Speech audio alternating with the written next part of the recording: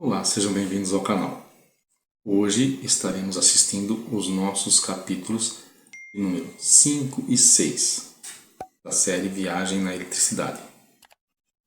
Espero que gostem. Vamos assistir o vídeo?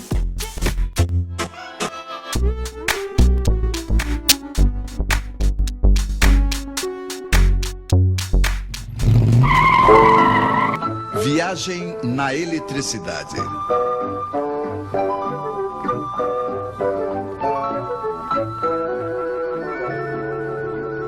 Volts para ir mais longe.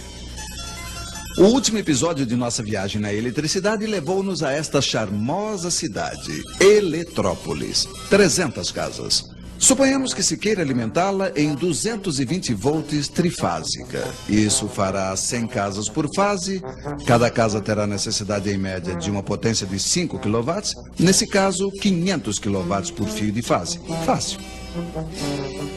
Suponhamos ainda que a 10 quilômetros haja uma usina elétrica que produz 220 volts. Pois bem, só nos resta colocar fios entre os dois. Mas de que grossura? É preciso saber, isso é importante. E eis os nossos especialistas em teoria elétrica, senhores Watt, Volta, Ohm e Ampere, que nos ajudarão. Primeiro, a corrente que passará será de quantos amperes em cada fio? O ampere nós já conhecemos, é a potência em watts dividida pela tensão em volts. Então, 500 kW, isto é, 500 mil watts divididos por 220 volts igual a 2.300 amperes, não é pouca coisa. E se fizéssemos passar todos esses amperes por fios pequenos demais, eles começariam a esquentar, provocaria calor que desapareceria no ar. E dos 500 kW que saem da usina, só restaria talvez 300 para Eletrópolis, mas não seria interessante, salvo talvez para os pássaros. Certo, perdas de linha sempre há, mas como somos econômicos, não queremos que haja mais de 6%. Senhor Ohm, por favor, diga-nos qual deve ser o diâmetro dos fios para fazer passar 2.300 amperes sobre 10 quilômetros em 220 volts sem que esquente demais. Diâmetro dos fios,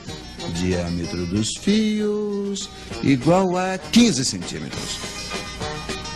Não, o senhor Ohm não se enganou. É esse o diâmetro dos fios que seria preciso para transportar os nossos 500 kW sob uma tensão de 220 volts. Então, tudo está perdido? Não.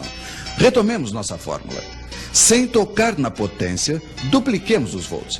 Os amperes diminuem de metade e, com 20 mil volts, dá apenas 25 amperes. Vocês podem fazer o cálculo. Ora, 25 amperes, como nos disse o Sr. Ohm, passam facilmente nos fios de 3 milímetros de diâmetro. É bem mais razoável para fios elétricos. Aí você diz, mas também eu não vou ligar a minha TV em 20 mil volts. Ela foi prevista para 220. É quando entra em cena um utensílio que vocês conhecem bem, o transformador. O princípio do transformador, senhores, por favor.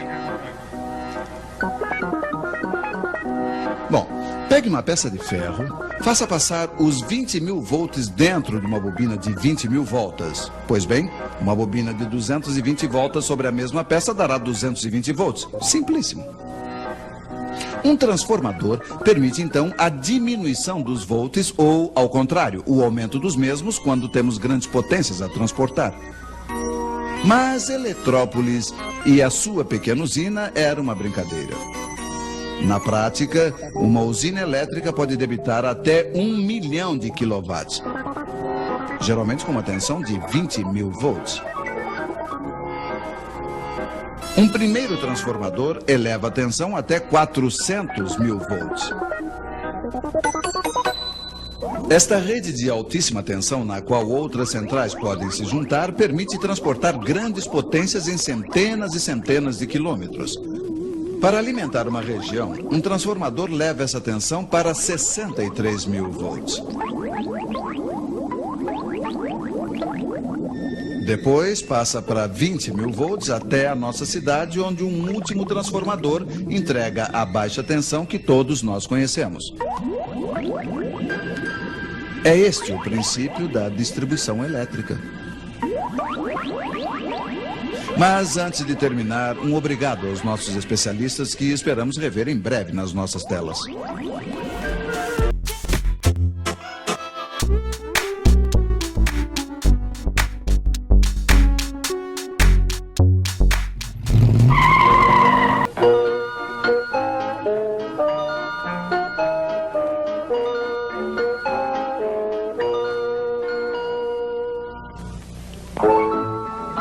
Viagem na eletricidade.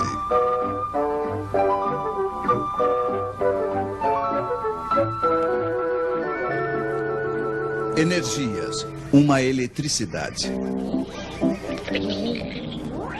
Hoje, o senhor fulano foi comprar uma lâmpada elétrica com uma potência de 100 watts. A senhora fulana foi comprar um secador de cabelo para secar seus cabelos. Potência de 1000 watts, isto é, 1 kW. Pois 1000 qualquer coisa se diz 1 quilo qualquer coisa. O senhor da estrada de ferro queria uma locomotiva elétrica para puxar seu trem a 130 km/h. Potência da locomotiva, 8 milhões de watts. 8 milhões de watts, ou se vocês preferirem, 8 megawatts.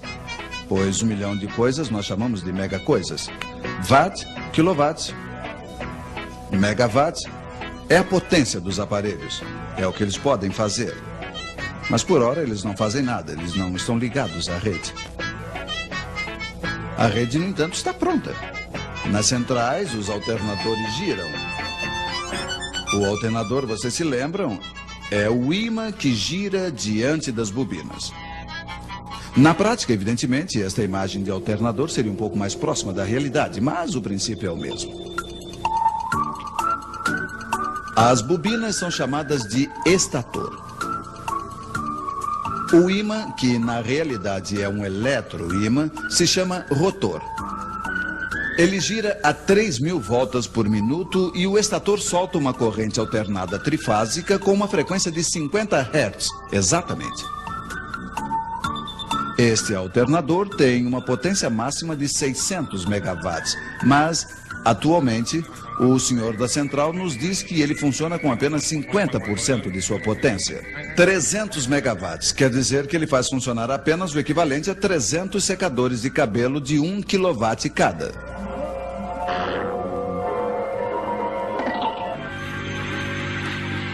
Mas vocês imaginam que se há 300 megawatts que saem do alternador, é preciso que haja uma máquina ao menos tão potente para fazê-lo girar.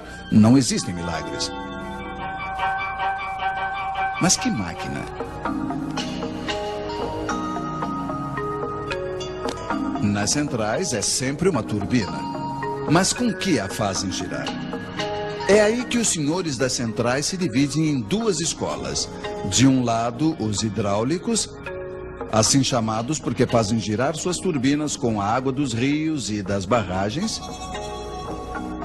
Os outros a fazem girar com o vapor que fabricam fazendo esquentar água em uma caldeira. Estes são chamados de térmicos. Eles se dividem, aliás, em dois. O térmico clássico, que esquenta sua caldeira com carvão, petróleo, gás. O outro, o térmico nuclear, se serve de um reator. Mas voltemos à nossa central.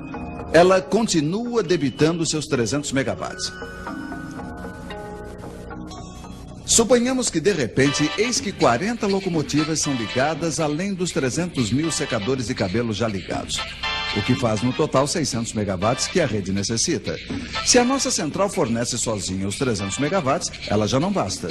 É preciso aumentar a potência. O senhor hidráulico abre o registro da água. O térmico abre a chegada de vapor, sem esquecer, claro, de atiçar o fogo e abrir também o registro do combustível. A potência da máquina aumenta. O alternador solta seus 600 megawatts, mantém sua velocidade e os seus exatos 50 Hz. Na prática, tudo isso é automático. Ninguém se dá conta de nada, salvo, é claro, o térmico, que vê o consumo de combustível aumentar, ou o hidráulico, que pode ver a reserva de água baixar. Mas a água, em princípio, não custa nada. Então, se a água não custa nada, por que não fazer apenas centrais hidráulicas? Seria muito mais econômico. Veremos isso na próxima vez. Espero que tenham gostado do vídeo. Em breve teremos mais novidades. Aproveite esse momento e inscreva-se no canal, para que você fique sabendo de novidades. Assim que tiver novos vídeos, você será avisado. Para isso, acione o sininho, tá? E dê o seu like. É através dele que a gente sabe se a gente está no caminho certo ou não. Obrigado pela atenção. Até o próximo vídeo.